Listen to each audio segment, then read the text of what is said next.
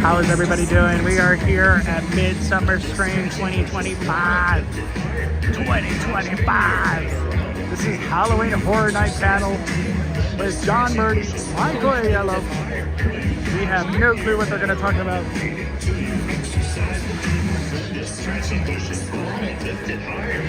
How are we looking internet-wise? And how are we looking visuals? Everything good. Also, too, smash the like button. If you haven't hit it right now. Hit it right now. I work them out, I sweat them out, I exercise demons. Don't need a rose, don't need a priest, or something to believe in. I work them out, I sweat them out, I exercise demons. Don't need a brain to tame the beast, or something to believe in.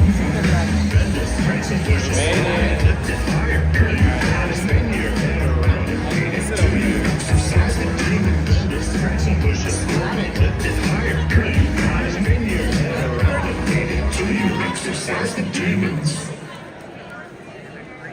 You thought we were just leaving that seat? Huh? You thought we were just leaving that seat? No. No, he asked you, right? Sheldon, thank you for the super chat. Let's go. HHN 2025.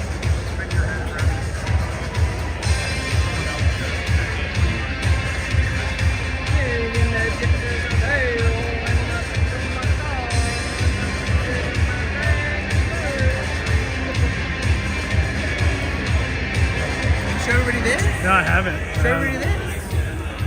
Everybody got one. This is me and Mono together. What is it? It says HHN in the eyes.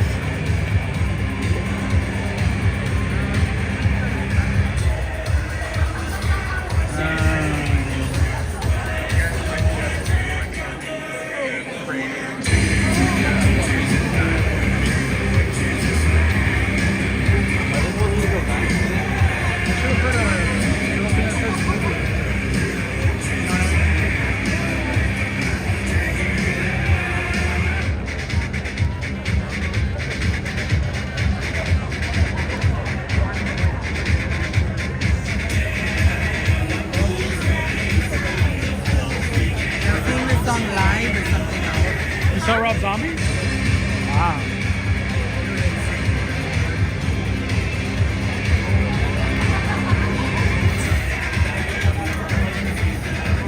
Triple.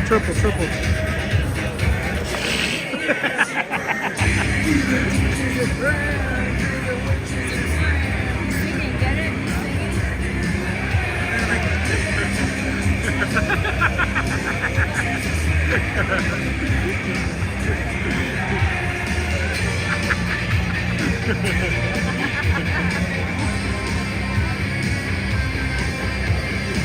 HHN Media. Let's do the wave. Alright, never mind.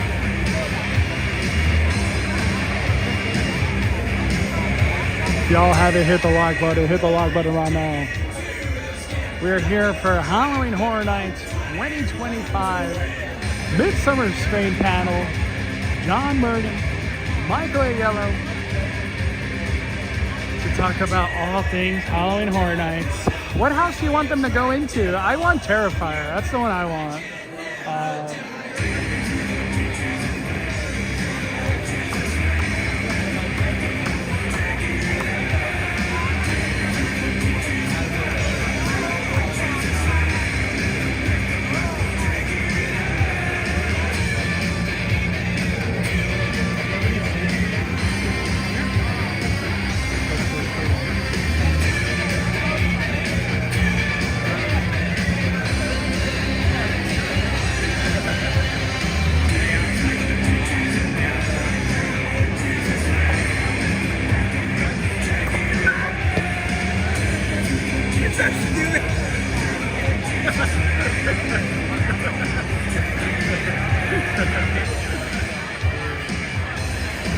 Hey, this is already on eBay for 50 bucks. 100%. I'm keeping mine. Put it in my car.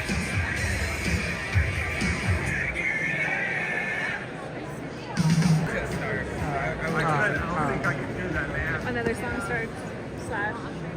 Yes, exactly. Yeah. I think Art the Clown's just gonna come out, dude. That's what I think. Yeah, exactly. And I can possibly. How do you balance classic horror with new experimental? That's a good question, whoever asked that. Experimental scares that fans don't expect. That's a good question.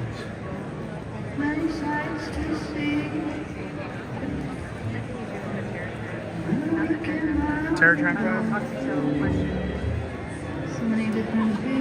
You're getting a lot of Toxic Tunnel. Everybody wants Toxic Tunnel? I want Toxic I Tunnel. want. I should. Like, do you see that coming back to the What about Toxic Tunnel Maze? No, I like being able to freely walk in the That's from Sinners. Sinners. Wow. Yes. Hey, that's the number one that I seen here. You asked me the other day what like the most costumes I seen of Sinners. I've seen a lot of Sinners today. happening? A lot of Sinner costumes. A lot of Sinners today. There's a lot of Sinners in the A building. lot of sinning. A lot of sinners. A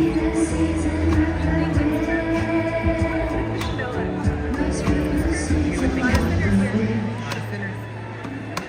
Dude, that cosplay was good.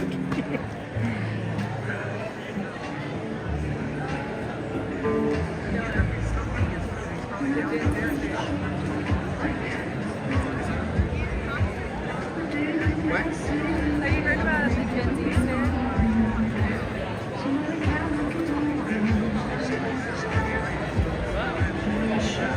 I don't know what that is. I can't wait to find out the super secret project. For what? Project.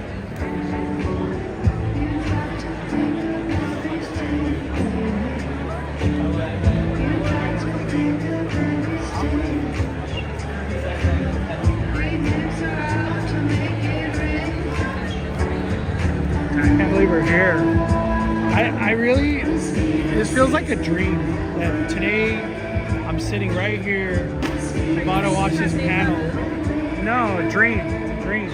Like, this doesn't seem real. Like, Horror Nights is, like, today's Oogie Boogie, you know what I mean? Great. Like, Halloween started. It's a dream. Feels like a dream. Couldn't have asked for a better start. I'm here with Noah, here with my I girlfriend. was gonna say he meant it's a dream because he's with you. That's what he It's a meant. dream. Dream come true with my girlfriend. And she didn't fall asleep one time through this whole trip. Wow, that's impressive. I told her, It's really I told her, I was like, if I see a picture of you sleeping somewhere. Hey, we got one more panel to get through. Slash might put it in a bit. I don't know. Maybe. Yeah, I'll consider that question about asking, like, monsters from around the world kind of thing, you know what I mean?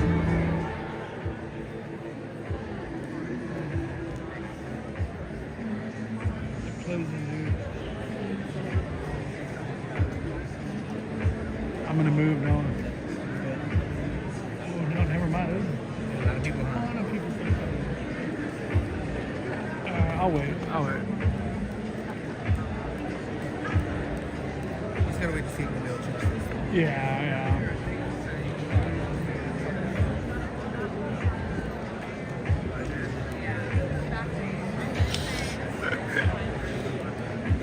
Just expect me throughout the presentation to just. This was supposed to start at 5, but the crowd. This is a massive crowd that's here. They're seating tons of people still behind. Like, I wish I could show you how ridiculously packed it is. We have Blumhouse. For the For next like- 30 years. Yeah, for the next 30 years. Did you guys sign a contract with Blumhouse for the next 30 years? Yes, the answer is yes.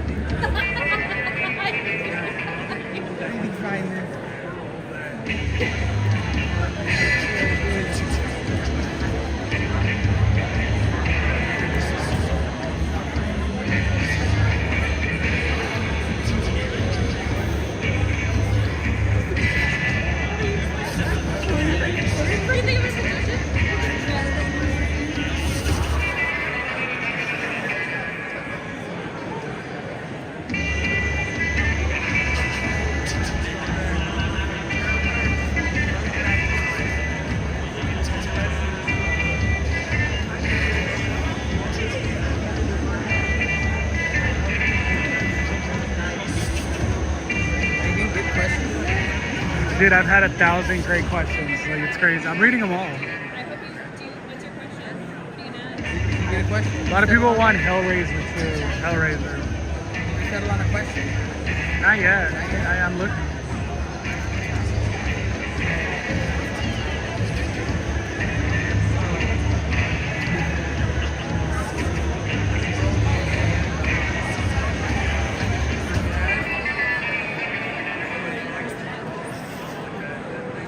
Yeah, a lot of people want Scream.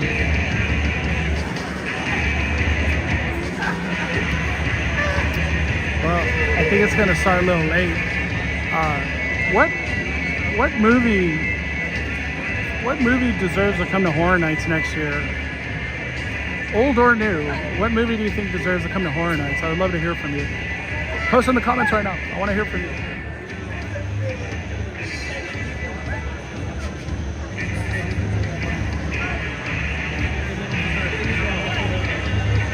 Weapons? Hellraiser? Sinners? I agree, man. Sinners needs to come. Sinners is good. Until Dawn? Mortal Kombat? I'm down with Mortal Kombat. Coming to Horror Nights.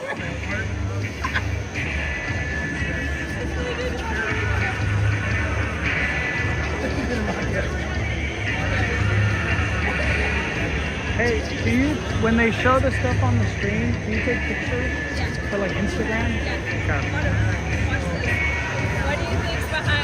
What do you think's behind this one? What is? Another one. What do you think's behind this one? What's behind that one? Let me see. Another one. What do you think's behind this one? Wait. What do you think's behind this one? What's behind the third one? Another. We need to eat dinner. We need dinner. We need to get Ladies dinner. and gentlemen, if you would please take a look at those empty seats next to you and please fill in those empty seats. We're trying to get our audience in, and it would be really helpful if you would fill in those seats. Come close to the stage, on the sides. They're all over. Appreciate it.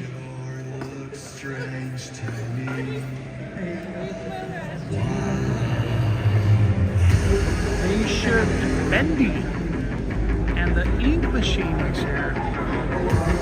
Is Bendy? Bendy's the video game? That's a video game? Thank you for the super chat. Talon Bruce, thank you for supporting the fire, my friend.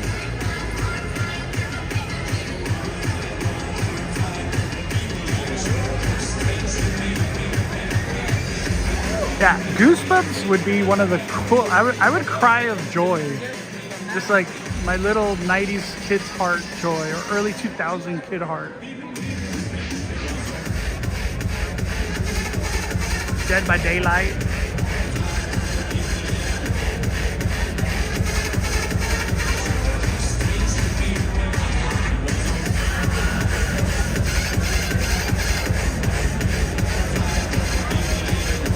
Is there like a new horror movie that, like in the last 5 years, that should make it a horror night?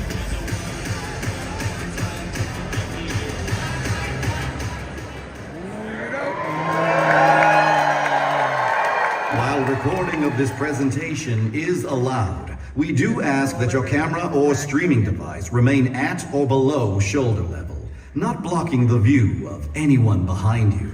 Thank you for your cooperation and for being considerate of those around you. Enjoy the show. Please, welcome to the stage the founders and executive team of Midsummer Scream. Executive Director, David Markland. Producer, Claire Dunlap. And Creative Director, Rick West.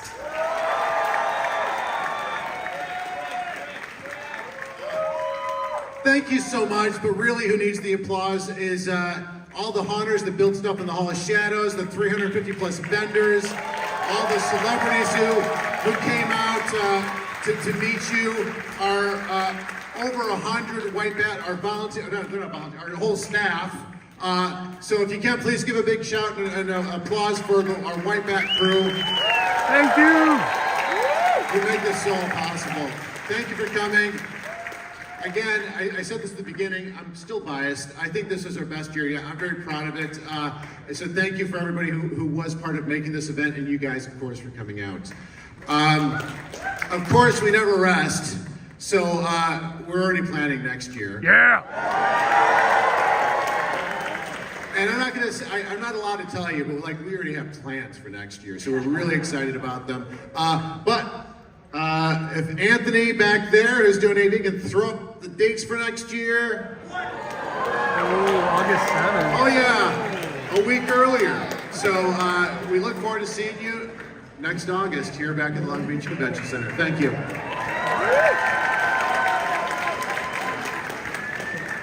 Oh my goodness, look at this village. Yay. Thank you guys so much for coming out. Thank you for all your support. And you are just such an incredible crew of people. We have had such a wonderful weekend, and that's all thanks to you as well. Like our crew, we really appreciate. However, all of you, this community, all of the guests, we just, we do it for you. And so we're very happy that you're here and for your enthusiasm. That's the best thing ever. And we consistently get compliments on our guests of how wonderful you guys are, of how kind you are to one another, of how inclusive everyone is. And that's very important, especially now, so.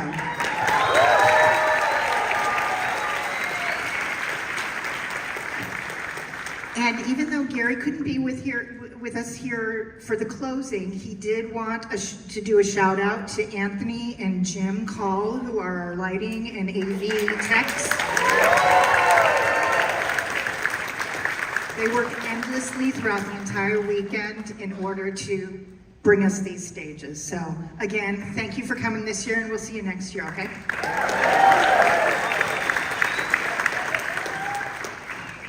8 years ago, we made a pact with you. So I ask you, Long Beach, did we do you proud? Yeah! How about those vendors? How about the panel presentations? Yeah! How about that Hall of Shadows? Huge shout out thanks to Cameron McGinnis, who made everything fit in the Hall of Shadows this year. That was an unbelievable task. A huge shout out to all the haunters in there. We asked the impossible of them, and this year they delivered the impossible. Special thanks to Manuel Menjivar. He is the guy that records all the intros for us. Thank you, Menji. Happy 18th birthday to our boy, Elijah. And thank all of you. What an amazing weekend. We don't exist without you. Thank you so much. We'll be back, but for now, we're just about ready to land this plane. Are you ready to go to Universal Church? Yeah! I need Orlando to hear you. Are you ready for Universal? I need Ireland to hear you. Are you ready for Universal? Thank you, Midsummer Scream. Woo!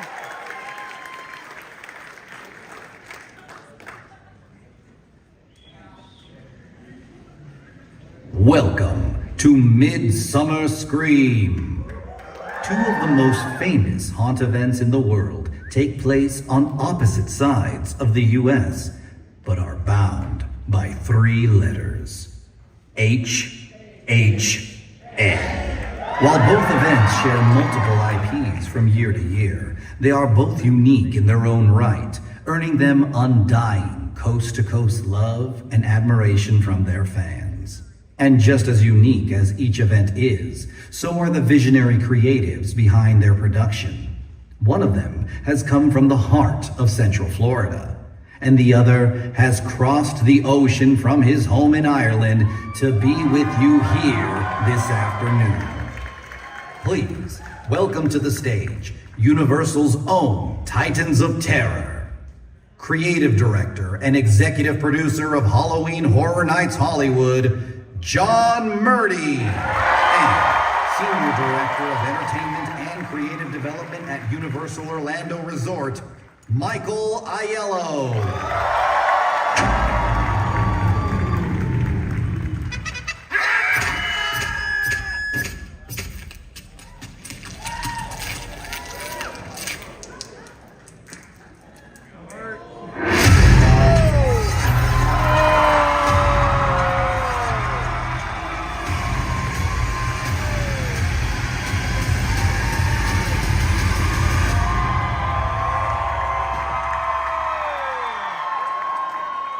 Midsummer Scream, welcome John Murdy and Michael Aiello.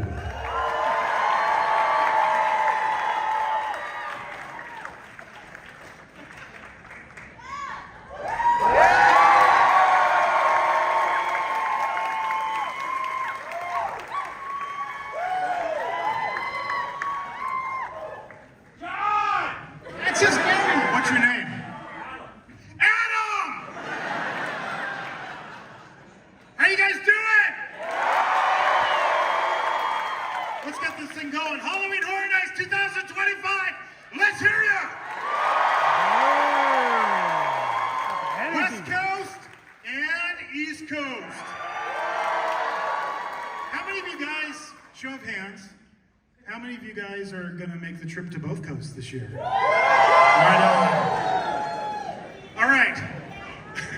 I'm John Murdy. I'm creative director, executive producer of Halloween Horror Nights at Universal Studios Hollywood. I am Mike Aiello, senior director of creative development for Universal Orlando Resort. Oh, you know what? Before we do anything, just go with me. Okay. Okay? Yep. Thank you. Thank you. Thank you. Thank you. We love our jobs. Thank you. No, seriously, you know, I started doing this as a 10-year-old kid in my parents' garage, you know, and to get to do this for all of you guys every year for the last 20 years, you know, that's just something I couldn't have imagined when I was a kid. So thank you so much for all your support over the years, supporting Horror Nights on both coasts. 100%. And thank you. I'm so excited to be here on the West Coast with you all. I loved walking the floor, seeing all the sights here. This is an amazing convention. Absolutely amazing. I think last time I was here was 2019. Yeah, it's been a few. Yeah. So I am thrilled to be with you all today, and thank you for welcoming me. Okay.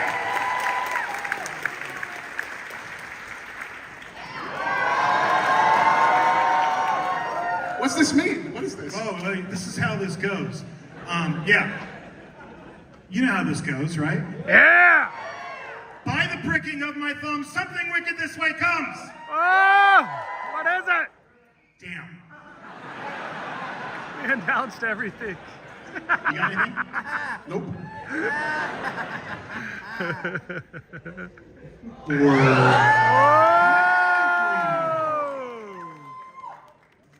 Hold that thought. Ah! We'll get to that. Earlier, we solicited questions on X for our fans to ask Mike and I. But, you know, before we get to that, we're going to answer a lot of your questions today. We got some surprises in store for you. But we thought it might be cool to let you guys be the first people to see the HHN 2025 commercial spot. Would you guys like to check that out? No way. Okay, let me see if I can do this correctly. Awesome. Yeah, that's great. It's going well. You guys seen anything?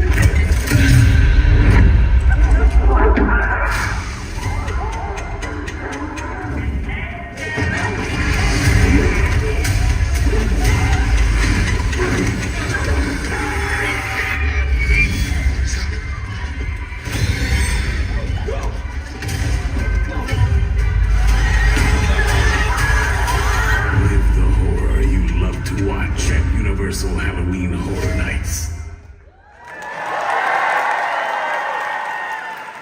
You guys liking the lineup for 2025? Yeah! I think this is our best lineup since 2016, honestly. And we can't wait for you guys to experience it in well, for you, sooner, right? Very soon, very soon. What are you doing here? Shouldn't you be this is all wrong. I working? shouldn't be here at all.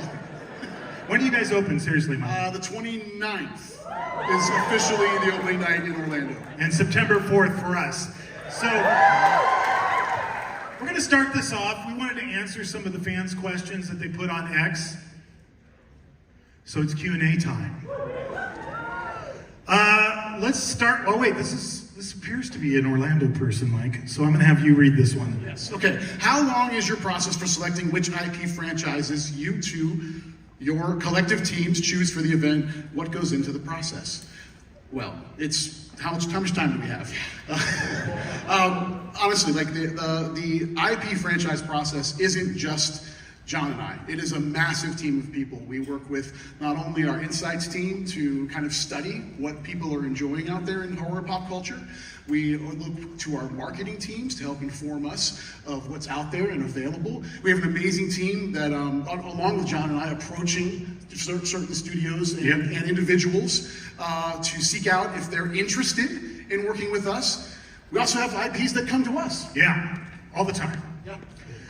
So we actually start that process in like March. So like March of this year, Mike and I and a bunch of us would sit down in a room and start thinking about, okay, what do we want to do for HHN 2026? And we'll be doing a whole lot of that this week. That's also why I'm here. Don't follow us. All right, next question. How much do fans have impact on making creative choices for Halloween Horror Nights every year, like acquiring specific IPs for the year? And this is from SoCal Tall Guy. Yeah! I didn't shout out the last one. You guys know SoCal? Yeah! All right. And I would answer that question with Exhibit A. Yeah! Seriously, Let's go. Ever since the first Terrifier film came out, we've been keeping an eye on this franchise. And I don't know for you, Mike, but for me, like, I judge it by the t-shirts that people wear to like events like Midsummer Scream, but also, of course, Halloween Horror Nights. And I noticed after the first Terrifier came out, I was like, oh, cool, what's that? You know, I was checking out people wearing Art the Clown t-shirts.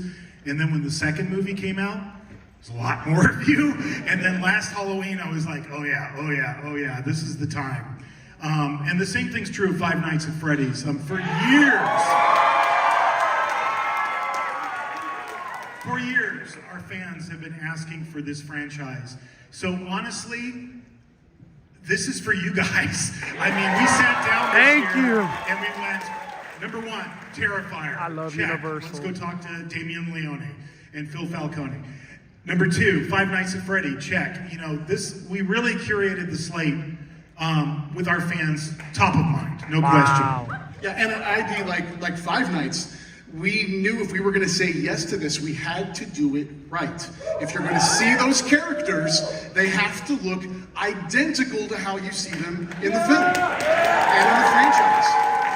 So the only group we could have worked with was the Jim Henson Creature Shop. They created everything. Yeah, you know, do you guys remember a couple of years ago we did Blumhouse Behind the Screams and we did that prop display? That was the moment that for me was the light bulb moment, was walking in there when we had those creatures on display and going, first of all going, damn, that's like 8 foot tall. And then going, oh, if we ever do this, we got to have Jim Henson's Creature Shop do it. So we've been working with them for like over a year, right, Mike? We've been on this for a long time. And last week in Hollywood, they started loading in, coming into the house. So we can't wait for you guys to check out Five Nights at Freddy's.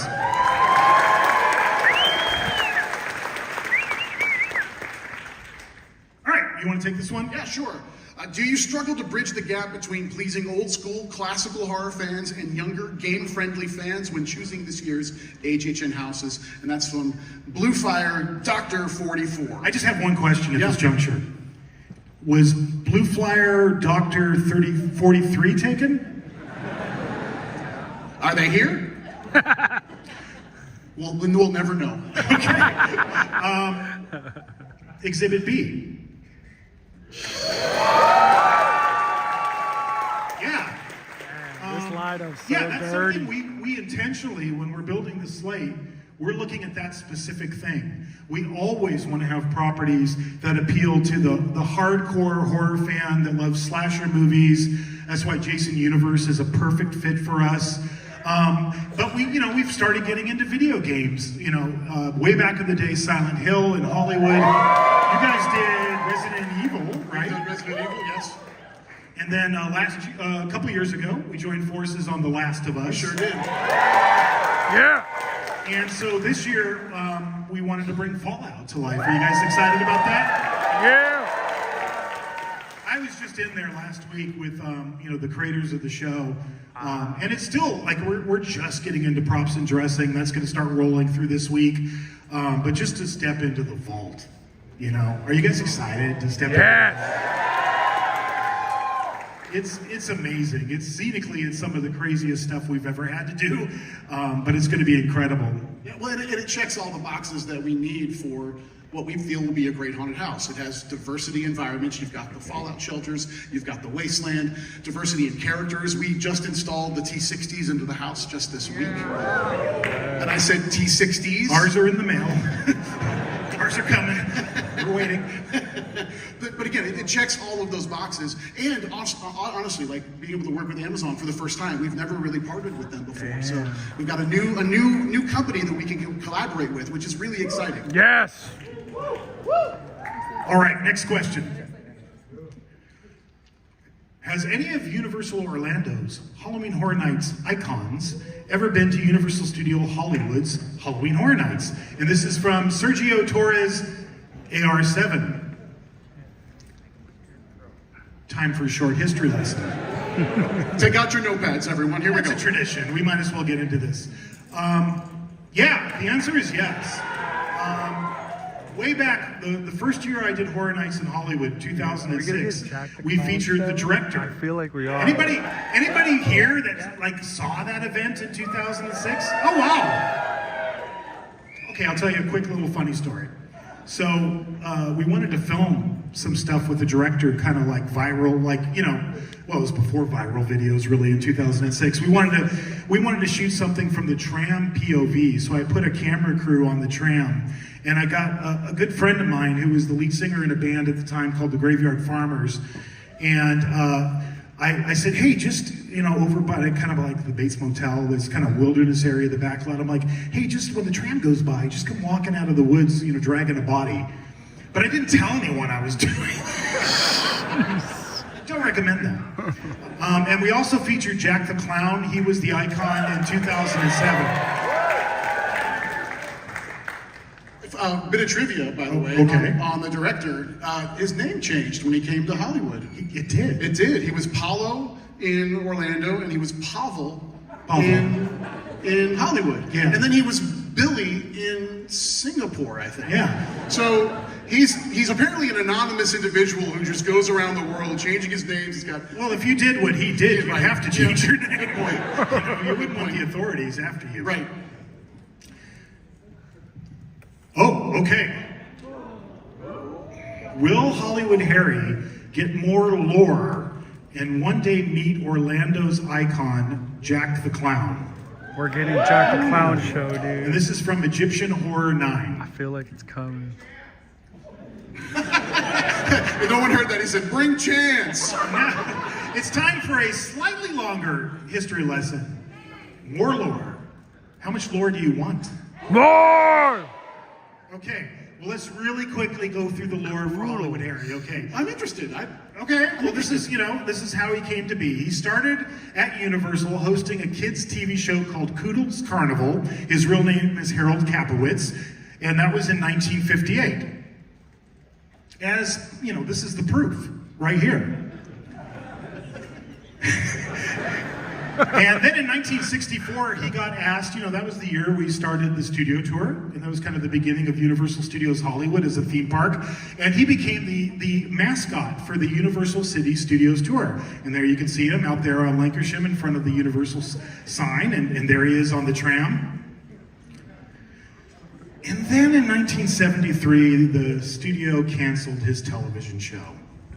I love that they actually got a photo of him reacting to that. Yeah. And they replaced him with two different icons. They replaced him with Frankenstein Jr. in 1973 and a gorilla holding a camera. Fair trade. I didn't make this up. This is real. This is really like, I was a little kid. I first came to Universal in 1972 with my family, you know, and Frankenstein Jr. was the icon of Universal Studios Hollywood and a gorilla holding a camera. I see new icon. Think of the possibilities. For real.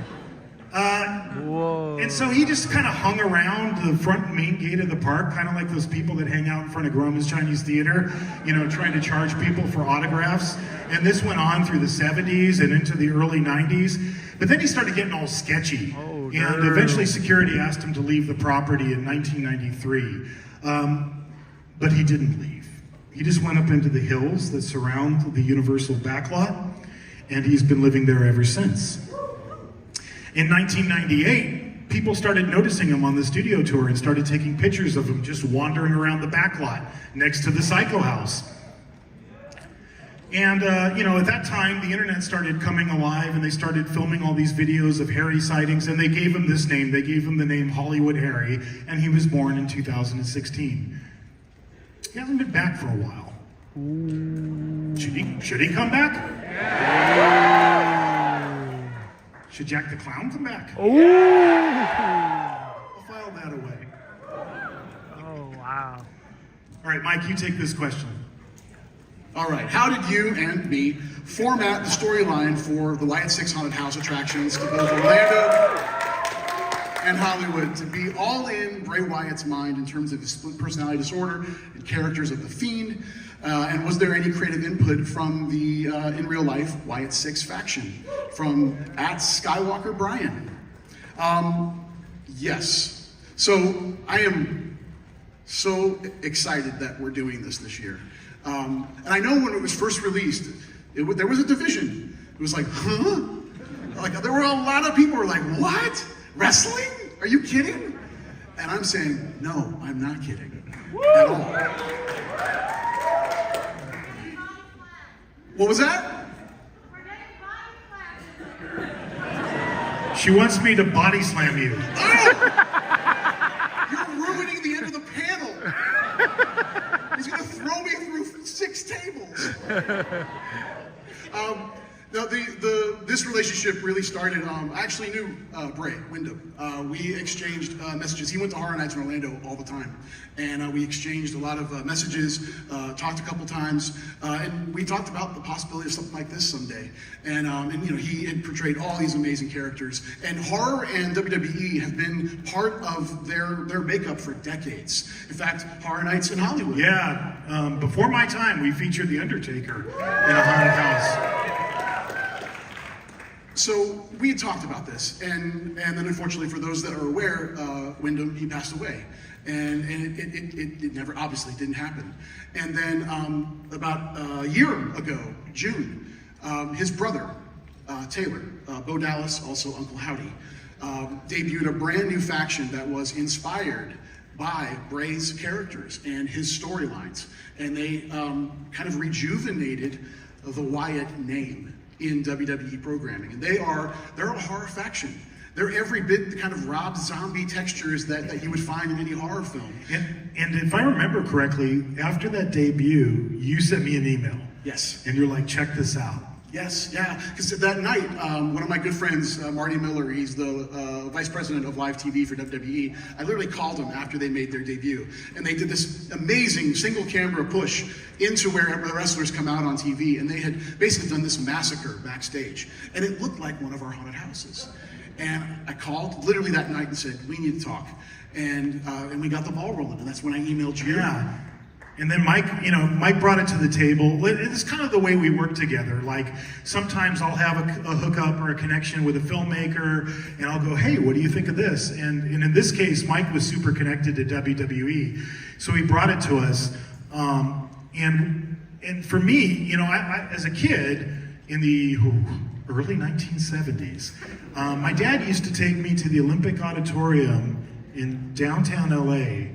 You know what I'm talking about? I think it's a church now. But that's where wrestling was held. And this was back in the days when, you know, it wasn't what it is today. It was like Freddie Blassie, John Tolis, Man Mountain Mike, Mil Mascaras, Haystack Calhoun. It was that era of wrestling.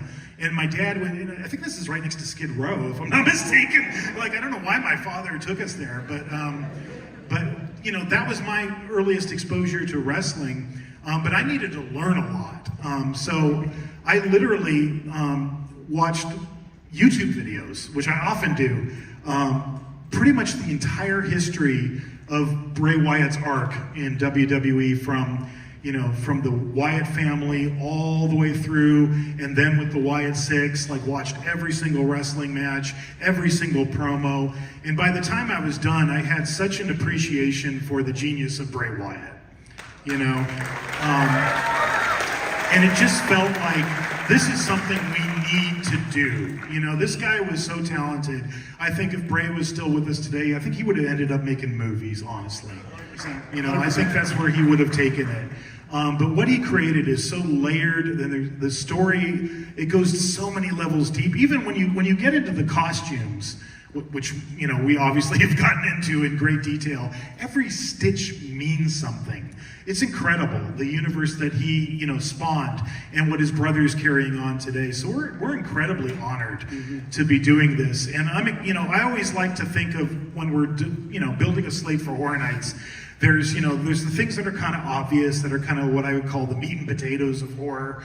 But then there's these other things, I call them brand expanders. And you've seen us take these chances over the years where we go, okay, let's take this and bring it into the world of Halloween Horror Nights and turn it into a live experience for you. Are you guys psyched to see this? So, and I think we always try to align on kind of like the main beats, you know, what the story is we're trying to tell. But we sometimes have different scenes and different approaches into our houses. Honestly, I think that's super cool. I've always thought that's cool. I love that people can go to Orlando and see one house and then come to Hollywood and maybe see something slightly different. I think it's cool to have those differences park to park. So for Hollywood, for me, this is the facade, by the way. All you people who've been trying to film this, it's not easy. I feel for you. I do. You guys are riding the studio tour and you're trying to get that picture, and all you could see was the roof, and people were like, you know, it's Creature of the Black Lagoon. It's, you know, and I'm like tweeting them back, no, it's Gilligan's Island. But for me, I wanted to think about it like, if I was going to make a horror movie out of the Wyatt Six, you know, how would I go about that? And I thought about the Wyatt compound, which was featured kind of more prominently in the Wyatt family days. And I thought, like, I want that to be the entrance into our experience. And in a lot of ways, this is like an original haunted house. And it was so cool when we met with Rob Fee from WWE, and you and I and our team, we did this big brainstorming session with him. What I loved that Rob kept saying is like, you guys are the experts. You guys are the experts. He really welcomed our own creativity into the process. So we tried to approach it as if we were making a horror movie out of the Wyatt Six characters. The beginning is going to be the Wyatt compound. It's kind of the bookends of our experience. But I'll point out just two things. You see that side profile shot elevation? You see the rocking chair? Yeah. And you see the lantern. And of course, that's Bray. That's Bray's iconic elements. The lantern is a through line through the whole house. You're going to be kind of following the light of the lantern as you go from scene to scene to scene. So I'm giving you this warning now, right? So you're ready for it, because it's not always in the same place. But try to find the lantern in every scene you go in, because pretty much almost every scene the lantern shows up. And the other thing is the rocking chair. When you come out, it's going to be rocking by itself with the lantern on it. The fireflies, we're going to do all that special effects lighting, so the fireflies are dancing around. And as you go through, you're going to keep encountering that rocking chair. And I don't want to say too much about this one, honestly, because I like the fact that I think it's going to be a big surprise for all of you, okay? And then I'm going to let Mike talk about his. Yeah, I'll be brief. We're recreating the Wyatt Six debut in Orlando. That is our opening. You're going to be the camera, and you're going to walk that space. You're going to see the massacre at Gorilla Station, and then we're taking you through. Ramon Peridoa, also a massive WWE fan, was our show director for this experience. we've created what we're calling the Production Central corridor, where you're going to be surrounded with WWE imagery all around you, media. And then the Wyatts take that over, almost like if it's a vortex leading you into the minds of the Wyatt Six. And then from there, I'll stop because I want you all to experience it. I do. I know a lot of times as fans, you guys are like, you need to know everything. You need to know everything. And I always think about, like, were you the kids at Christmas that just like found where your parents hid all the presents and you opened them all up, saw what you were going to get, and then wrapped them back up again? I did that one Christmas. I found my parents where they hid the presents, and I was so bummed that Christmas when it came to Christmas morning. So I think something should be a surprise. So you'll be surprised. Yeah, but that is an interior shot of the house. That is not WWE. That's us. It looks cool. Oh yeah. Oh yeah. There's this too. And again, Bo Dallas, Uncle Howdy, Taylor. He has been so gracious with us and so supportive. Actually, we wrote and created brand new content for the house, and Uncle Howdy has new content specifically for this experience that we shot. Yeah, and we're going to feature that in the queue line when you're waiting in the queue line for us as well. All right.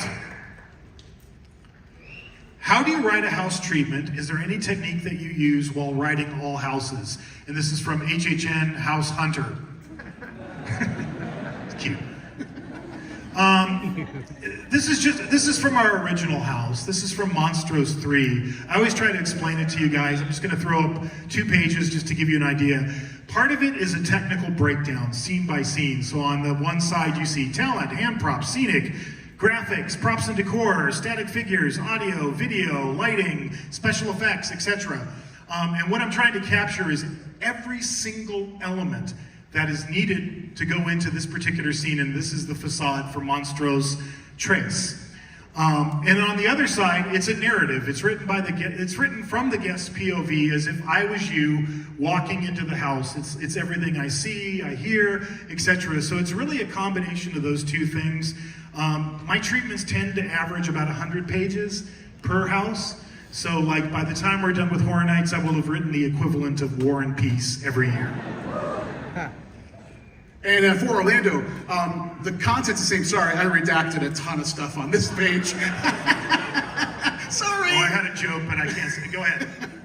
This is actually for the foyer of our El Artista Spanish haunting house. And it gave away a lot of stuff, so I didn't want to give it away.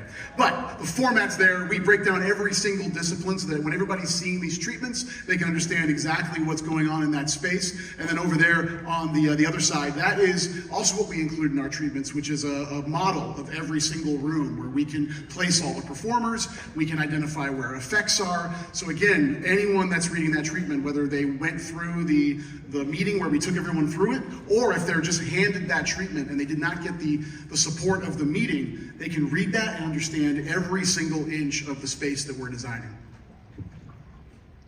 With the increased collaboration, has having your teams work closely together changed any part of how y'all approach house scare zone treatment? And this is from Hopping Hogsmeade. The y'all probably is from the East Coast, I bet. This is probably an East Coast. I have a slight suspicion of that. Yeah, we've always worked together. Whenever we share an IP, we work very closely together. We're in meetings every Monday, without fail. We're East Coast, West Coast meetings. But this year, I think we took that collaboration to a new level, and that's particular to Five Nights at Freddy's. Sometimes we have houses where it's a little different, East Coast to West Coast. This house is pretty darn close to the same experience coast to coast. About 99.9%. Yeah, and it's really just the physical spaces that make it different. But we kind of divided and conquered on this house. We would literally divvy up the various disciplines, whether it was design, scenic, audio, video, etc. And we said, okay, you guys got this, we got that. And it's the first time we've ever done this, but we really collaborated in a much more intense way across the board in that particular house. Yeah, 100%. I mean, I think we learned a lot about each other's process, even more than we had just kind of working in meetings together. Our teams were working closely on design, which really had hadn't happened before. Yeah. And it was an awesome process. We learned so much about each other's teams, and I think it really brought everybody really close together too. Yeah, it's you know, we can't wait for you guys to see this house. You know, this is something that we've, you know, I honestly, like 5 years ago, if you would have said the same thing, hey, why don't you have done 5 Nights at Freddy's before, I probably would have said it's impossible. You know, but it was really that moment of being in the lobby when we did Blumhouse Behind the Screams and going, of course, Henson, that's how we have to do it. That made this possible. All right. Can you share a moment that you had with the fans where you both knew you had created something special through your work on Halloween Horror Nights from Movie Howler? Honestly, this may be cliche, but it's every year. I mean, here's the reality. John and I are up here talking to you all, but we represent a massive team of people that are working together to bring this thing to life every year and to make it different every single year in as many ways as possible. The moments that we've had with fans is really the thank yous to the team. Again, we're walking the event. Sometimes we'll walk in the event after it opens, and we'll be together, we'll be a group of our team, kind of assessing the event, and people just coming up to us and saying thanks. We realize how much this event means to you, because it means just as much to us. Because that's the other reality is, like, I was a character. Most of our team grew up in the event. And we're now helping to create the event, and that means so much to us to be able to do that, to bring you something that you can escape to every single year. Because I think that's really what this event is about, is we all want to escape to some place that is that warm blanket. And for many of us, all of us in this room at this convention, horror is that warm blanket. Yeah, you know, I think this is the thing that constantly amazes us, is that, you know, the horror community, I think it's the coolest fan community there is, you know? And it's not just like that it's cool, but it's the most supportive, it's the most inclusive, it's just, like all of us collectively, we found our place, you know? And so when we think of our event as creating that place for you guys, you know, that once a year, you get this time of year where you get to be with all your friends and all the people, you know, that you love in this community and get to experience it together.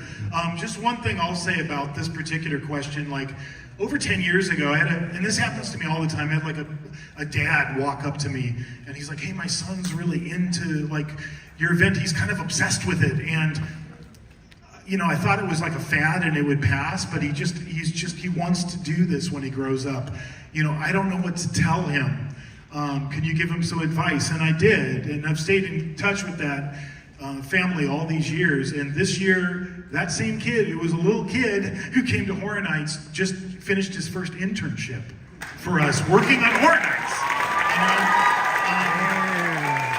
You know? So it's kind of amazing to see all of that come full circle. So, and there's so many stories like that. All right. For both of you, your time at Horror Nights has given you a front row view to the crazy growth and popularity of Halloween and horror-focused events.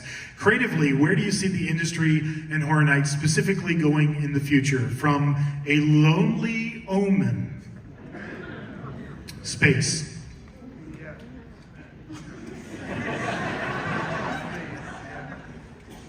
No? Sure, why not? Space station is just sitting there. I mean, it should have a haunt on it, don't you think? I don't know, where do you see this going? I think it's actually happening already. I mean, we just soft opened Horror Unleashed in Vegas. If you just asked any one of us 10 years ago if there would be a 365 home for horror with Universal's name on it, I would have said no way. And there it is in Vegas. And that's really cool. That's really cool. And it's a whole different experience. It's a whole different thing than what Horror Nights is. And that was important about that Vegas experience. Is it gives you a taste, it gives you a flavor, but we also want it to be unique, just like we want our Horror Nights events to be unique. That's very important for that application. And, you know, on the East Coast, Epic, you know, now has an entire Universal Monsters Land.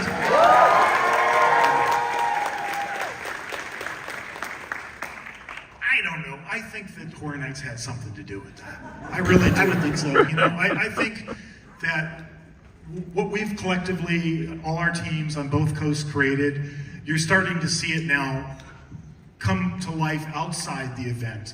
And I think that's amazing and really, really cool. All right. Who is your favorite cryptid?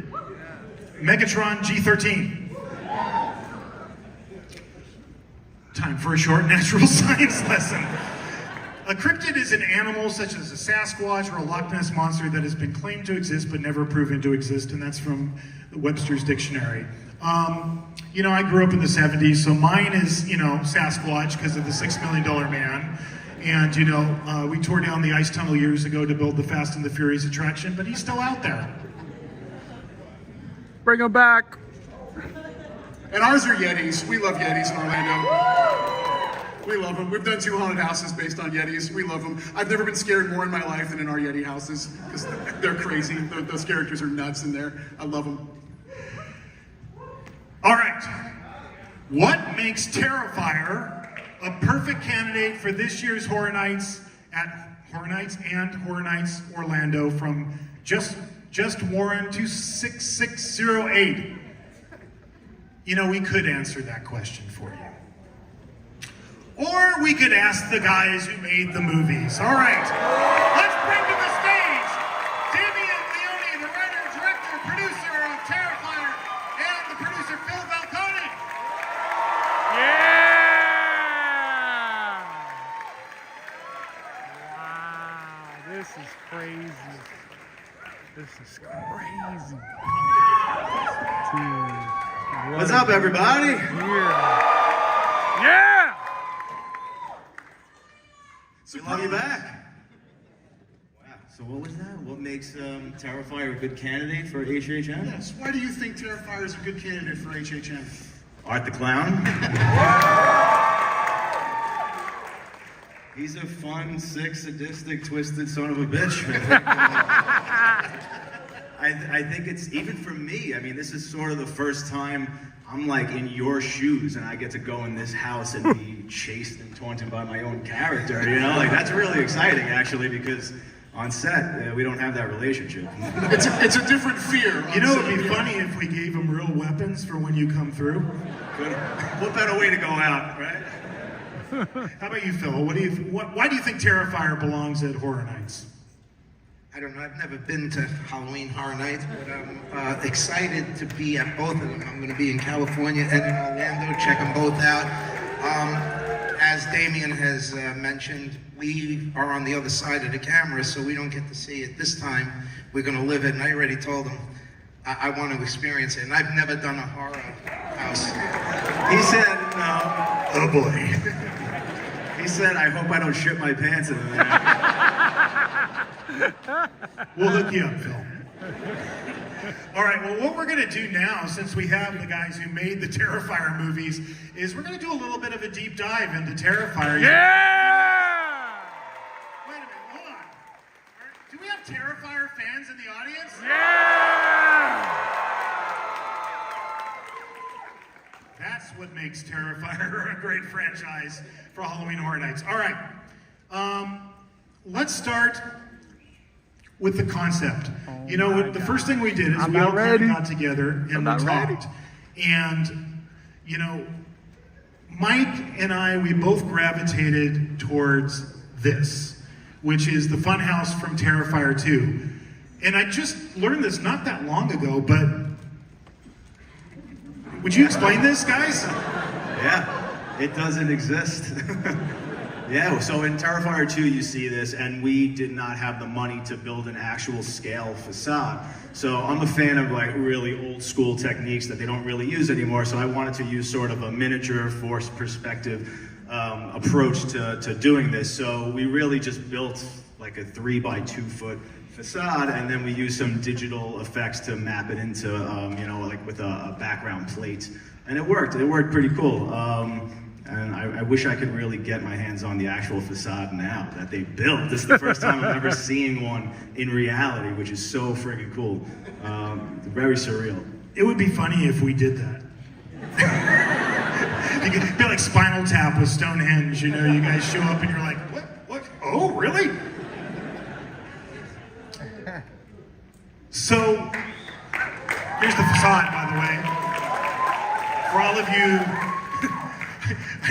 I know you've seen this because you've retweeted it, but like people ride the studio tour at our park all the time just so they can try to get a picture of this facade. So, you know, when we were talking, Mike and I, we really gravitated towards, let's have the funhouse be not only the facade for the experience, but let's try to like take all of the great kills from the franchise and bring them to the funhouse, even if it didn't take place in the movie that way. And that was kind of like I think, Mike, is it fair to say that was like our first big idea for how we were going to attack this? Absolutely. It was really, could we place the guests in an environment completely of Art's creation, and then house those kills within it? And what would that be like? That was the mission. It was kind of like Art was showing off his works of, pun intended, art, for the guests, is kind of another way to look at it. So, there it is. We just took that picture not too long ago. And what we're doing now, we're adding all the scrub grass and the dried plants and all of that stuff. But that's the Terrifier facade. And just to highlight a couple of things. When you're waiting out front, it's going to be the Terrifier theme music, and then you're going to hear like a radio. I'm talking about Hollywood. You're going to hear the radio station kind of changing channels, static. Hear a little blip of, the Clown Cafe theme song, and then it's going to land on a news report, and it's going to say, police are on the lookout for a tall, thin man wearing a black and white clown costume and carrying a large garbage bag. And while this news report is going on, there's two doors. The clown head door is the door you're going to be going through. But Art is going to appear standing behind that door, and then he's going to open the gate. And then he's going to come out. And I gave him another gate in the fence so he can get real up close and personal with all of you.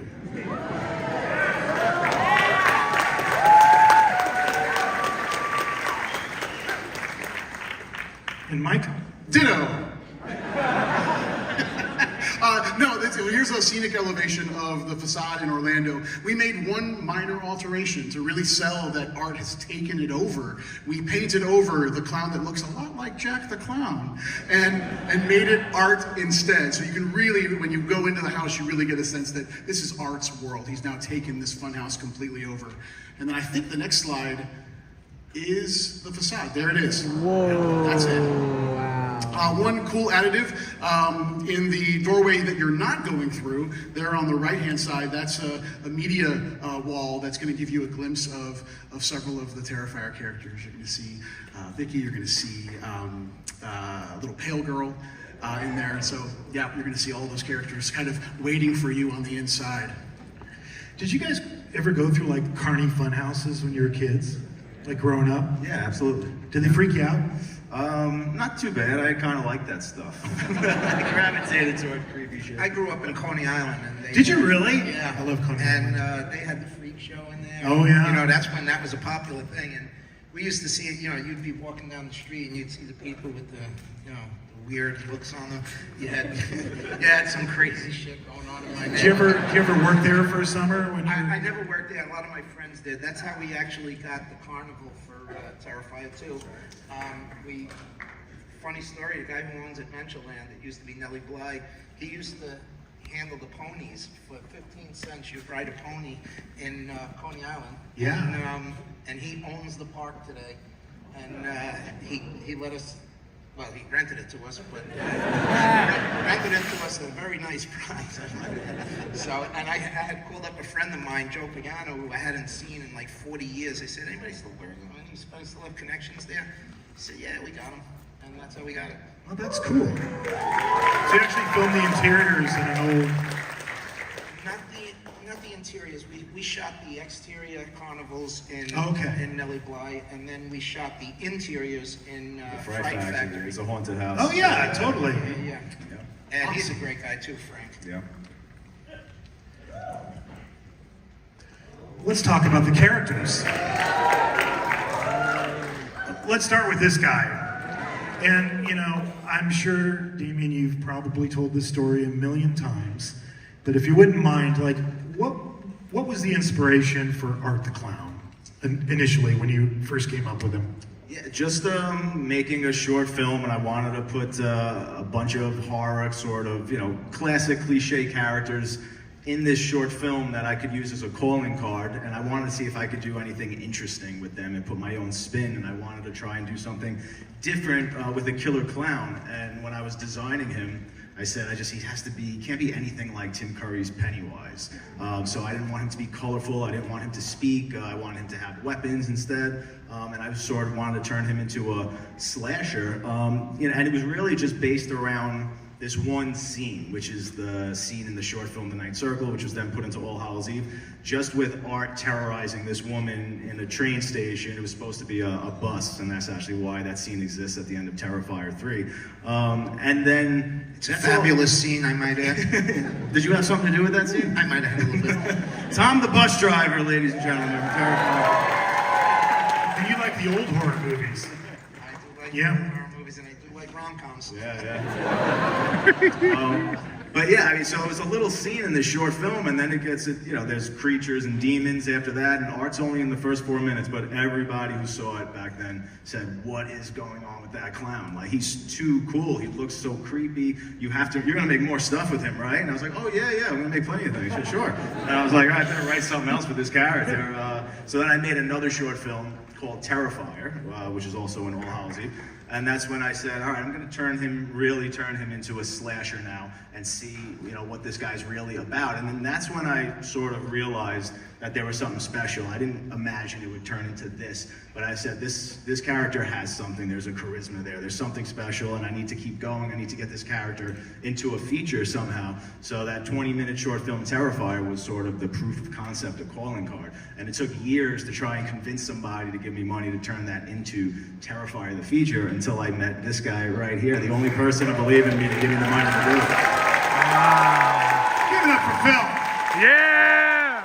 Producers need love, Thank you. You both have done something that many have tried over the last few decades that have not been able to do, which is create the next generation of slasher icons. And Art is a slasher icon now. That's fantastic. Totally. You gotta give it up for this man. I mean, that's a creation, and like I said many times, even though he hates to hear it, I'm not from the horror world. But when I saw this clown, I was like, first of all, when he first mentioned the clown, I don't do clown movies. When you see it, I was like, wow, this is pretty fucking wild. And when we were done shooting Terrifier 1, I was impressed. I gotta be honest, I was impressed because I had just done a movie and it cost me a couple $100,000, and we did this one for $40,000, and there's so much more shit in there, and I'm like, holy crap. I said, I pissed away a lot of money on my film. Well, truthfully, I mean, if the house was more expensive, just so you know. Yeah. Yes, it was. I mean, if this works, the truth is it's because it's all coming from a very genuine, organic place, from a diehard horror fan, and I've been one since I'm literally 3 years old, and I've been watching these movies and idolizing characters like Freddy, Jason, Michael Myers, literally since I'm 3. So hopefully there's just something instinctual after I've consumed so much of that, I mean, this is really what I birthed out. I mean, so that's a big part of it. And then obviously David, who brings such an incredible... Yeah! I have a question for the producer. How did you guys find David? Was it did he just come to an audition, or was it? Well, we were looking for a new a new Art.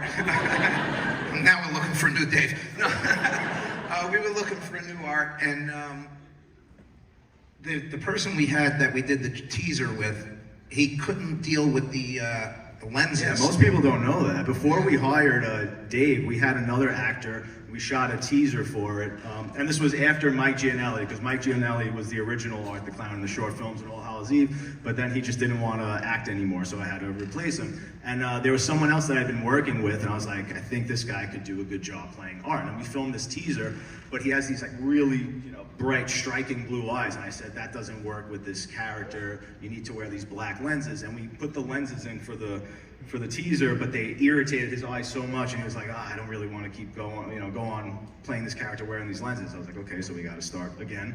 And I said, let's hold an audition. We put it online, and then we rented an office in Manhattan, and we had people come in. And David, I've said this many times, David was like the 6th person to come into the room, and as soon as I saw him physically, I was like, this is the guy. I'm like, please let this guy not just, be a raving lunatic or something. I'm like, yeah, I'll tell you, he doesn't have to do anything. He just looks so perfect, and especially I was looking for somebody thinner now, because the way I sculpted Art's face, he's sculpted to look kind of like a zombie.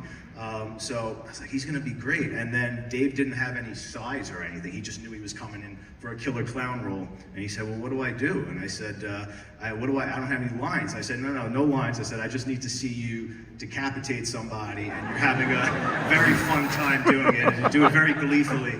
And then you can see his audition online. He was like, okay. And then he just flips the switch, and he goes into almost like what you see as Art the Clown right now. It's almost identical. Yeah, and fantastic. I knew right then that it was gonna surpass like what I was even looking for. And it was just Phil and I in the room, and then he left, and I turned to Phil and I said, are we really looking for anything else? I was like, that's the guy, so let's bring him back, put the makeup on him, and have him do this all over again. We basically shut down the audition right there, and that was it, yeah. Wow. So, let's talk about art. So we always do character illustrations. They're done by our in-house artist, Lucas Colshaw. He's been doing these illustrations for years. You guys know his work. He's been doing it for years and years and years. These are just some of the iterations of Art the Clown you're going to experience in the house in Hollywood. We have our classic bloody art. We have art after he's scalped the woman and is wearing the hair. We have poopy art. And of course, Santa art. And then this is kind of a combination of Orlando and Hollywood. But Mike, did you have anything on that? No, I was just going to say, it really is about the multiple ways we need to bring this character to life for a house that has to run, the number of nights it has to run. Yeah. You've got prosthetic versions, you've got mask versions. You're seeing two on the sides there, 2 new iterations of the character that our team's created with Damien's guidance. Yep. Let's talk about Vicky. Can you, Damien, can you explain like the character of Vicky, like where that came from? She's evolved. She has evolved, yes. It was, again, taking traditional tropes and then seeing if I can do something interesting or spin it in a new direction. And I don't think I'd ever really seen a final girl go through this transition where she's the supposed final girl in the original, but then she turns into a victim, and then she turns into a villain. So it's been one of the most fun arcs through the entire franchise, and especially to just watch Samantha find this character and become more and more evil and sadistic as this goes, and see how much she enjoys that element. And this was like a really challenging makeup that also evolved through the course of the movies. It was very crude originally. It was totally different materials. And then by the time we got to Terrifier 2, I resculpted everything, made new teeth. And this is very, very difficult makeup for her to wear because she's virtually blind. So obviously one eye's completely covered. The other eye has an acrylic eye that plugs into the prosthetic and has a tiny pinhole for her to see through. And then the dentures, obviously they clip into her teeth, but they have these gums that push her real gums as far up as possible, that twists her mouth out of shape, and then we basically glue the prosthetic into that, so she's stuck looking like that, and blind for, 10 hours or so, it's not easy. Yeah. And Samantha is one of the most amazing people you'll ever meet. Solid through and through. She bitched a little, but solid. She drove me crazy. Can you blame her? Yeah, I can. She drove me crazy on 3, but well worth it. And what you're seeing on screen right now, the character design, but also like the mask as it was evolving. Yeah, we haven't figured out the vision thing yet. We're gonna have to figure that out. I'm looking at it going, okay, where is she looking through? Vision isn't important. Just feel around. And then there's the little pale girl. How did this character come to be in the second movie? I wanted a character to embody the evil that resurrects the boogeyman, which is something you don't typically see in these movies, right? It's just the boogeyman trope. They come back from the dead and you don't really know why, but what's bringing them back, what force or what. So I thought this would be the reason why it's this little creepy girl is actually based on this old short Fellini film from an Edgar Allan Poe anthology movie called Spirits of the Dead. And there's this little devil pale girl in it. And then I started seeing all girls starting to dress up as art and do their variation. I was like, I have to quickly do my own version of this before it's out of my hands. It was the first Halloween where people started dressing up, and I started seeing that, and I was like, all right, I'm gonna make my own little version. Because the original pale girl was supposed to look like her, obviously, but not be dressed as Art the Clown. She was gonna be in this sort of sundress and have a flower in her hair, and then I quickly was like, no, it's gonna be a female little Art the Clown. And you will find out a lot more about this character in the next one. Yeah. So for us in Hollywood, Little Pale Girl is a special effect. We have a scene called Dolly Molly, and when you come in, it's the sequence in the film where I think they're dental tools that are sitting on and she's just ripped all the flesh off her face. And as you come into the scene, it's an animated effect where there's a little sensor you're gonna trip, and then she does a 180, her head turns 180 to look at you. In Orlando, we've got live performers that are going to play Little Pale Girl, in both versions, both iterations, in her most ghostly sense and then her most mauled sense.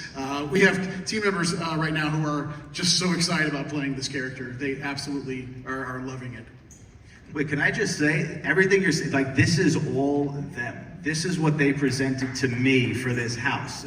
And I'm just, and I was just blown away. I mean, this is everything that you could possibly want and more put into this. If you love this franchise, you are going to absolutely be blown away by what they have in this experience. Really. And speaking of final girls, Sienna Shaw, and she's such a badass. We had to find a place for her to be in the house as well. And again, I'm just going to show you, this is where we start. This is the character design. We're going to have her show up in the full, cosplay outfit from the second movie. And this is our in-house costuming team in Orlando adapted this look, and here it is. You're going to see her in the flesh in the house, Sienna Shaw, and it is just an awesome costume. They did such an amazing job replicating it. I already feel bad for this performer backstage because, sorry, it's a visual. They're going to be like, excuse me, excuse me, excuse me. Does she have to have the wings? I hope you have a lot of duct tape handy. Let's talk about what makes Terrifier Terrifier, the kills. And I was really interested, when we first announced this, I was getting all these questions you guys aren't gonna go, you guys aren't gonna go. Oh yeah, we are. We're gonna go there. And let's start with one of the most infamous kills. The hacksaw kill from Terrifier 1. What sick person thought up this particular kill? I wanted to see something I hadn't seen in a movie before. I hadn't seen that. Can't unsee it now. That was the entire idea, was just I want to do something I've never seen in a movie before? Yeah, and it was, obviously me and Phil did the makeup effects in part 1, so that was that was something cool that I had in my pocket, was knowing how to do these effects and not, having to worry about a ratings board or anything. We were so under the radar, we could do anything, and I said, this movie, at that point, no following really whatsoever, except, there was a nice group of people who really enjoyed All Hallows Eve, but, for the most part, nobody knew what this movie was or who this character was. And I said, if people are gonna watch, why are they gonna watch this movie when they can watch, a $20 million Hollywood horror movie? And I said, we have to put things in this movie that they're afraid to put into their movie. And I said, I've seen a million slasher movies. I have to come up with something really cool that I haven't seen before. And actually, I started investigating medieval torture methods to see if anything piqued my interest. And I saw, a few things did, and I saw a picture, a drawing of someone hung upside down, and two people at the end of this giant saw cutting this. Yeah, it's very Exactly. dangerous. Yeah. Unfortunately, I know exactly what you're talking about. Yeah. And I said, could I pull that off and have him do that alone with the girl? And I was like, yeah, I think I can do that. I mean, if I have the audience at that point, I was like, they'll stick with me for the rest of the way, or maybe I'll lose them all at that point. But yeah, no, we did it, and seriously, like, huge, kudos and credit to Catherine Corcoran for going through that. I mean, that took a lot, and I had discussions with her during that, before we shot that scene, and she said, listen, if we're gonna do this, like, this has to be the coolest thing. Like, don't make me regret doing this. Like, if you're gonna do it, make it look super cool and make it be something memorable. And I think we did it. So, pretty cool. Oh, you did it. I gotta say, I think all the kills with all the girls, they all had, they were brutal areas that we shot in, and just like the environments. Yeah, the environments. That's what I'm talking about. And it was tough, and they all were troopers. You can't make them wait. It's not just me and him. There's a whole crew of people. I mean, the first one, it was like 5 people on the crew. Second one, it was like 9. And but everybody wore a lot of hats and did a lot of things. Without them, we couldn't do it. But the actors and actresses, my God, what they went through. And evidently, it's worth it. Who cleans up the blood? Who cleans up the blood when you do a scene? We all do. You all, like, literally all clean up the blood? Oh, literally. Matter of fact, I quit because I was mopping the shower scene. I'm mopping, and he's over there goofing around, and I said, the next person that walks through this fucking blood, and I gotta quit again, I'm fucking out of here. And he starts laughing. I said, that's it, I'm out. Drop the mop and walk back. I'll post it. I have it somewhere. So what we're showing here, so we have a scene, it's called, in Hollywood, it's called Silly Saws. And it's just all different kinds of ways that Art the Clown can saw people in half, including the classic kill from Terrifier 1. So this is the concept drawing we did for that kill. And of course, you're going to be showered with blood. You guys are really freaked out about this, aren't you? I mean, you're like really freaked out about this blood thing, aren't you? Bring it. I get questions all the time. You're like, well, like, should I think about what I'm wearing? Should I bring a poncho? Should I, And I'm just not going to answer it. I'm sorry. You just come, check it out, and what happens, happens. Just go with it. Just go with it. Just do it. So in this scene, we also have 2 little kids on a teeter-totter animated effect going up and down with their heads cut off. Because why not? And here they are. Whoa. We even did a drawing for it. And then we've got a table saw, and Art is just going to literally saw a person in half. And of course, you're going to get showered in blood. And Mike's got a gag of his own here. Go ahead, Mike.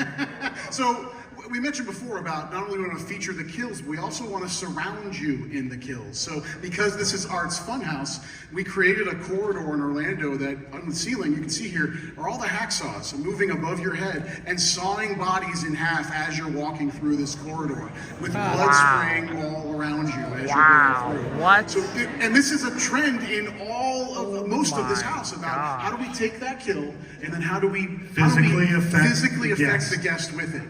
And this is one of the reasons, or ways that we're doing that.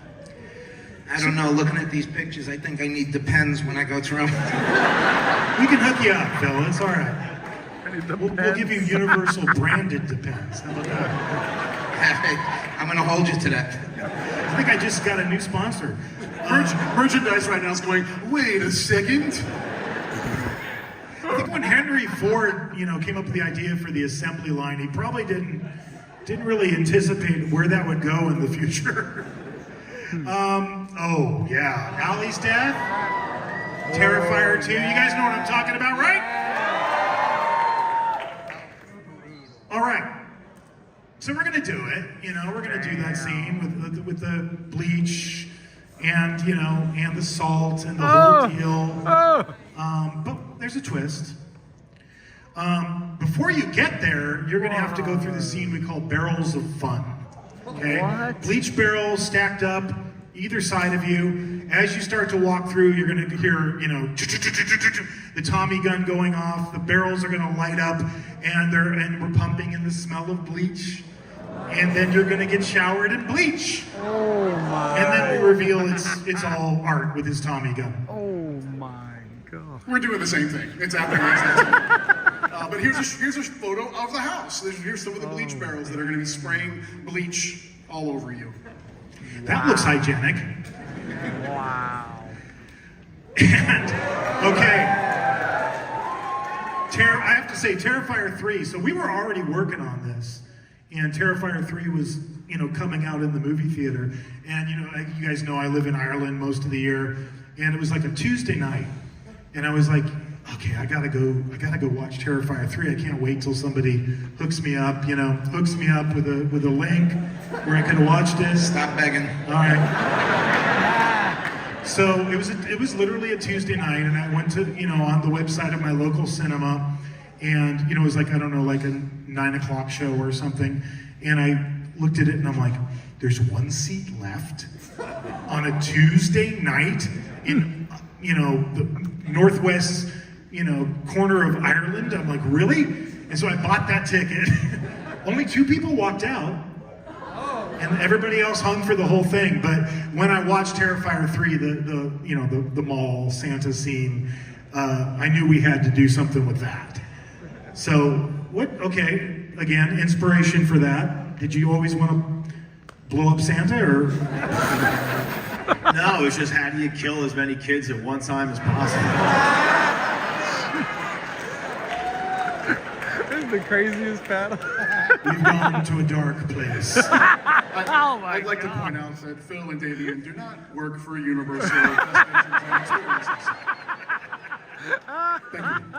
Well, it's been a good 20 years of Horror Nights, but I think we'll be hanging it up after this. This is the craziest battle. You know, Chris Williams is my art director, production designer. Chris has been doing Horror Nights with me for 20 years. So this is him and his team, his art department. They've created that entire, you know, Santa set. You're gonna go into Christmas, except all of the elves are, you know, beheaded and disemboweled, and their intestines are stringing the Christmas trees, and their heads are the tree toppers. And then after you go through this, we're gonna take you through this like hedge maze of Christmas, you know, and it's all the Terrifier, you know, it's a Terrifier Christmas, all of that is playing, and it's just gonna rain blood. Wow. You know? So literally, you know, we're just not giving you a choice. You know?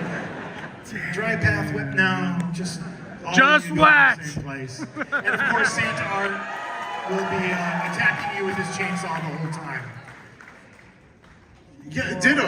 I mean, we're doing exactly what John just described. Here's some scenic elevations done by our amazing team back in Orlando. Manuel Cordero is one of our designers working on this house. A light maze there. You can see some of the bodies that are strung up. I will say, and this is a record, this house has the most bodies ever in a haunted house in the history of Halloween Horror Nights in Orlando. That is a fact. Wow. That is a fact.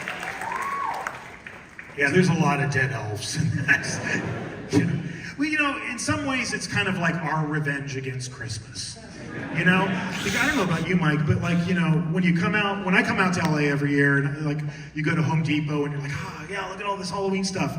Last year I was trying to find like a costume for my kids because they came out for Halloween, and I went to like, I don't know, Target or something, and it was already Christmas, and it was like not even Halloween yet. And I thought at that moment, if I could get my revenge against Christmas, I'm gonna do it. And luckily your film, when I saw Terrifier 3, I was like, oh, perfect. Oh! No! No! Oh God. No! If you thought Texas Chainsaw Massacre Oh! smelled bad. Nah! If you thought The Exorcist, Believer Nah! smelled bad. That was the worst. If you thought the bathroom scene in Insidious with the kid puking smelled bad. These guys, you know, they did the work for us. There, in the first Terrifier movie, there's that scene in the pizza parlor. I don't know if you would care to explain our audience the inspiration. Explain yourself. Yes, explain what Art did in the bathroom. I never saw a slasher like take a shit before, so I was like, how do I make my guy different? And it just became a running theme, though, you know, through the motif, so to speak, through the movies. I do have a very specific question, because I've been trying to figure this out ever since I like watched the movie and went through it. What the hell is that in the sink? It's got teeth, it's got eyes, it looks like poop. It is, it's a poop monster. I can't wait to show you. Tomorrow I'm going to take him, you know, we're going to walk through the house tomorrow. And my props team built that poop monster. And it's awesome. It's so cute. I could market this. No, get out of here. Like a bath toy or something. No, get out of How here. was that filming that scene? Was it awful? In the Fright Factory, it was awful because it was fucking cold. It was cold. And blood and cold doesn't go well. And Hershey's How about syrup. poop and cold? How does poop do in the cold? It's chocolate, so it's okay. I'll tell you what grossed me out was when we shot the pizzeria scene with the shit, because that was a real active pizzeria. Matter of fact, I was making pizzas in the front while they were shooting the scene. They didn't even close for you? They closed for us, yeah. Needless to say, they're not operational anymore. The health board would have something to say about that. We shot that in an active pizzeria, and we didn't hold back.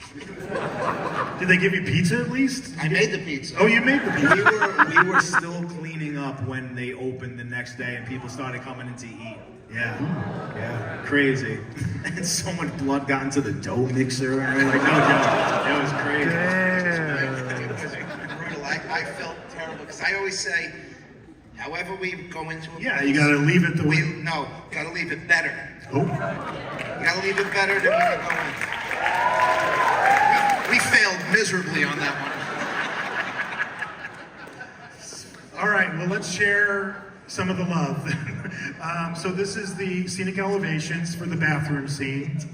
You know, for us, the way we kind of have it laid out is you're in the funhouse. You're going through the funhouse scene. We thought, well, you know, funhouse, you know, should have a food place, and then you know, there's always a place you can grab a bite, and then you know, there's got to be a bathroom. So it was a kind of a natural flow for us to go to the bathroom. So while you're in the bathroom, we thought it would be fun to have like little Easter eggs in the stalls. So there's kills inspired by Terrifier 1, 2, and 3 as you're going in. So we got the dude from the pizza parlor who gets his head turned into a human jack-o'-lantern in stall number 1. We got the mashed potato kill from Terrifier 2 in stall number 2. And we have that unfortunate construction worker that Art rips all the flesh off his face in stall number 3. But then batting cleanup is Art. And as you're coming in, he's writing his name on the wall in poop. And if you look at that character design, his little, you know, clown gloves are just caked in it. So, Oh, God. and the smell will be pumped in as well. We're just replicating what we saw. We're just replicating what we saw. Oh, my God. Mike, that's a picture of And yours. here's the interior of the house in Orlando. There is the poop monster, as I think it's called now. Yeah, and yes, we're doing the same thing. We're repeating all the kills. We are doing mashed potato kill, but we've replaced the potatoes with something else. Does it have the same consistency as potatoes? It might. One request. Any chance we could turn the smell of poop into chocolate? Without the smell. Not a chance, Phil. Ah, shit. You know, Phil, I gotta tell you, like, we've only really done a poop scene once, and we did it the first year, 2006. We had a house called Asylum, and it was an original house, and we had a scene like that. And I would come home from work at night, and my wife would go, "Why do you smell like poop?" And I was like, "Oh my God, it's I had to throw the jacket away because it was bad." And there's also, I should mention, getting in and out of the bathroom are underwear hanging in your path. It's been a little accident. Oh! So I'm sorry. What I think we're trying to say is this is the most highbrow Horror Nights has ever been. Wow! Well, I only hope that my family does not see this tape until after they go through this, because there's going to be not only poop, there's going to be throw up. Because they are not holding that in. We can hook you up on that too. Well, let's go from poop segue. John, what are you doing here? I'm trying to increase the sales for their vendors out in the lobby. This is crazy. The food should have been first. Crazy. Go to the bathroom. Yeah! Right? So all of these, if you go to these like carnivals, that set up, there's always food. So we thought, of course, the food should be the Clown Cafe. So these are just scenic elevations of some of the elements you're going to see in the Clown Cafe. We built Art's food trailer. We built the whole thing. We built that playground set with all the dead kitties. We did that lovely United Colors of Bennington mural, whatever that is. And the Clown Cafe host this is an Easter egg. You'll see her slumped in the corner. This is post-Art blasting her with the blowtorch, so she's burnt to a crisp. The music will be playing. The kid with the Art Krispies cereal, that's going to be in there. And then there's that weird, I don't know if it's a hat box or what the hell that is, with the heart in it and all of the maggots and stuff. And we yeah, that's right. That's exactly what it is. Is that right on? For lack of what we don't know. So that's in there too, but that's a little, people like to touch stuff in Horror Nights. Don't try to touch the heart, because you'll get a surprise if you do. Okay? That's all I'm going to say. Wow. 10,000 volts. No, just kidding. 10,000 volts. We'll go, no. But it's a little interactive surprise for you in there. Michael? And here's some photos of the Orlando house. There's the mural from Clown Cafe. There's not the final version, but that's what the house lights on. There's our Art Krispies kid there in a swing set. And then also in Orlando, I think maybe Hollywood as well, there's the Clown Cafe. Our F&B actually created Clown Cafe. And you can actually go there during the event and have Terrifier themed food from the Clown Cafe. That's in Orlando. In Orlando, the Clown Cafe. I hope you enjoy it. Bring it to Hollywood! We're just serving a cereal bowl full of razor blades, broken glass, and mealworms. Oh, what? Really? Okay. All right. Now we do feel like we should warn you of a couple of things. Okay, I'm gonna do my warning for Hollywood, and Mike's gonna do his warning for Orlando. Don't go out the chicken exit. Okay. What? You might encounter a chicken exit in the house. It'll look just like that. Look for that chicken, or actually, I think that's a rooster. It's a rooster chicken exit. You might end up backstage if you go out the chicken exit. And you might encounter some things you're not supposed to encounter. So if you see the chicken exit, at your own risk, okay? And it's a little surprise for you guys, okay? So I'm just gonna leave it at that. What? What does that mean? In Orlando, I think we've gone on record saying this is going to be the wettest house we've ever produced in the history of the event, and we're not lying. We're giving you two paths in Orlando. You can make a choice. You can go to the left-hand side, which is our dry path, if you choose. I agree. Boo to that. See, why would you want to have less of an experience? Or you can go right, and you're going to go into what we're calling our Symphony of Blood. In this picture you're seeing, this is our finale. What you're not seeing is Art on a second level. Underneath him is a blood waterfall.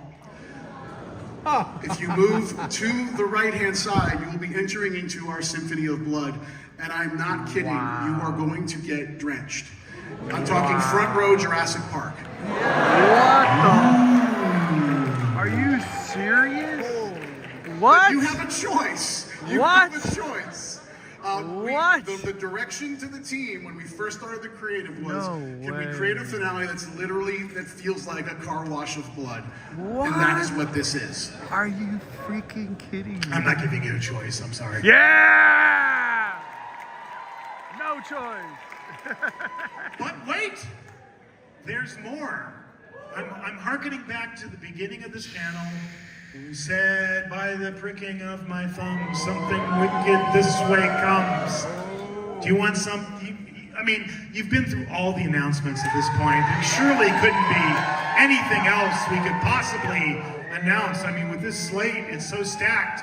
What else could we possibly do for you people? Well, okay, I'm gonna stand up for this. So, you know Where's Waldo, right? Yeah. I always thought it would be fun to do Where's Waldo like in a theme park. Except instead of Waldo, it's Art the Clown. Yeah. So as you're traversing, if I may use that word. You just did. I did. As you're traversing the theme park, Art the Clown is out there, okay? I'm not gonna tell you where he is. You might be in a store. Yeah, you might be in a store, and you might turn around and he might be right behind you. You could go down and, to the Universal Plaza and plop down and go, hey, it's time for a drink or it's time for some food. And look across from you and there's somebody just mad dogging you. Right? God. You could go down the stairway down to the lower lot of the park. He might be down there too. Damn. He could be anywhere. Damn. So what we're doing, and we're doing this on both coasts, is we're like, it's awesome to have a Terrifier haunted house, but we weren't satisfied with that. We were like, Art's such an awesome character. And we really truly believe this, guys, Damien and Phil. I mean, Mike and I grew up on Freddy, Jason, Leatherface, Michael Myers. We were like smack dab in the middle of the slashers. And there really hasn't been a worthy slasher icon until Art came around in a long, long time. And we want to pay tribute to that as much as we possibly can. So these pictures up here, they're kind of suggestive of what you might see in the park. I don't know, Mike, if you want to add something else to this. No, I mean, it is exactly what you said. We want Art to be everywhere we can possibly put him, and also never tell you when that's going to happen. You will encounter him when you least expect it, and that's the really fun thing. And that is the character. He's predictable. Yes. So we're proud that you all let us do this as well. And everything we're talking about here, Art in the Park, the house, is our loving tribute to the work that the two of you and your teams did to create this amazing franchise. Yeah, give it up for him.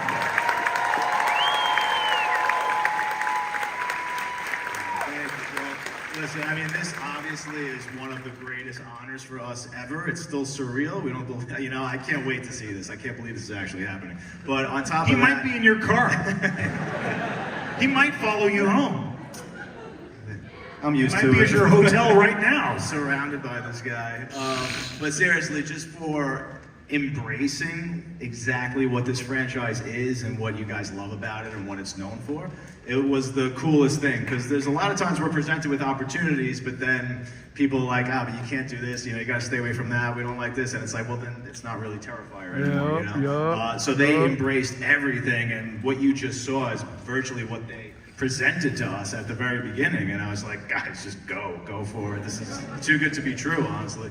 So thank you. It really is the greatest honor, and thank all you guys for your amazing support. It means the world, honestly. I'd like to add to that just a little bit. Again, if it wasn't for the fans, we're not here. If it wasn't for you guys, we're not getting to see this work of art. And I gotta say, out of all the people we worked with, I've never seen Damien so on board with what they came up with. Usually it's like, my motto is close is good, Damien's is like bullshit. And I've never seen him agree so many times, so fast, like, yeah, that's cool, yeah, that's cool, yeah, that's cool. So they were doing the right thing here. Hey, one other thing about the in-park Art the Clowns. Anybody have tickets for RAP? Yeah! Well, even the RIP lounge is not safe. I'm just telling you. Like, you're gonna go in there and get your lovely buffet dinner, and yeah, that's not safe either. Just so you know, okay? More to come. All right, it is audience participation time. When you came in today, I believe they gave you all an Art the Clown mask. You guys got it? We're gonna do a selfie, okay? So I'm gonna put this down so I don't break anything. We're gonna bring the lights up. Everybody hold the Art the Clown in front of your face, okay? Which one's me? Do we have them too up here? Which one? Somebody's bringing them out. Oh.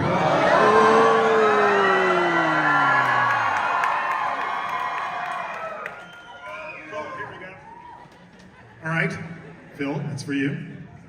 Damien, that's for you. Arch, you don't get one because you already have the face. Okay, so we're gonna turn around, face the audience. Put them on, everybody, all of you, now! Oh, wow, that worked. I'm gonna yell more often. 1, 2, 3.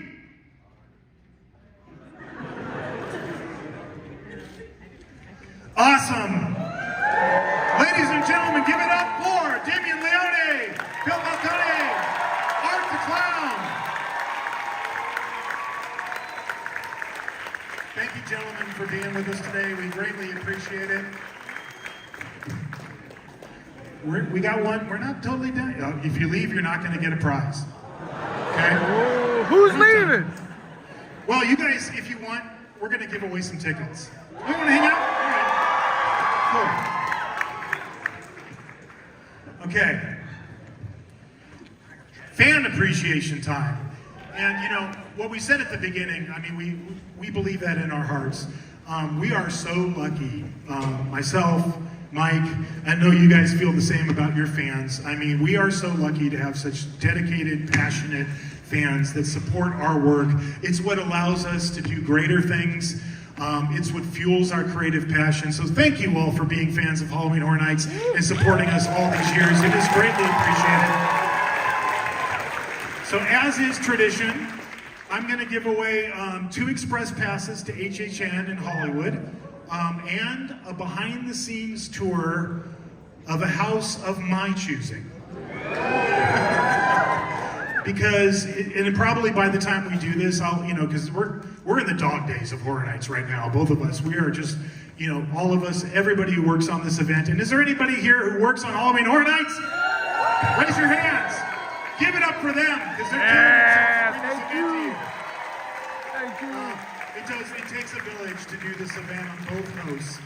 And everybody who works on this event has that same passion and love for it. I say my choice because by the time we get around to this, I'm probably going to pick the house that's the closest from the security gate to where I have to walk you. But I'll personally take you on a behind-the-scenes tour of the haunted house. I'll explain how we did everything with the lights on. But we're going to do this the way we always do this, with a trivia question, okay? You ready? Wait for it. Mike is going to make the call. No, John, this is way too much pressure, man. Wait, what are you talking about? Your park, you pick. Earn your keep. I don't want that pressure. All I want you to do is to pick one person when I tell you to. I'm going to get it wrong. All right. Here's the question. What is Art the Clown's middle? Oh, he doesn't have a middle name. Sorry, just kidding. You ready for the real question? Don't yell it out, because then I'm just going to cancel the whole thing and I'll take myself through a house. Okay. What county in New York does Art the Clown terrify in the Terrifier film series? Mike, you pick somebody? First-hand black shirt. Oh, God, everyone's wearing a black shirt. It's a horror convention, Mike. Behind... Oh, God. You're looking at me right now. You. You're looking at me. No, behind you. You. Yes. Stand up. Stand up. See, that's hard. That's really hard to do. Okay, note to self, never ask Mike to do this again. That's the homie. I've done it for 10 years. I think you did pretty good. I've never done that. Did you verify it is the right person that you, right there? He's the first hand I saw. Okay, what is it? What is it? County, Manhattan. Nope. Next one. I gotta pick again? What is the county in New York? Mike, pick one. Right there. Miles County. And the answer is, wait for it, Miles County, New York. All right. So Mario there is going to hook you up. He's going to take care of you, and they'll tell you how to get in touch with us. For everybody who came today, thank you so much for being a part of this. Thank you so much for being a part of Halloween Horror Nights. We'll see you in the fog. Thank you. Damn. Hey, recap. What do you think?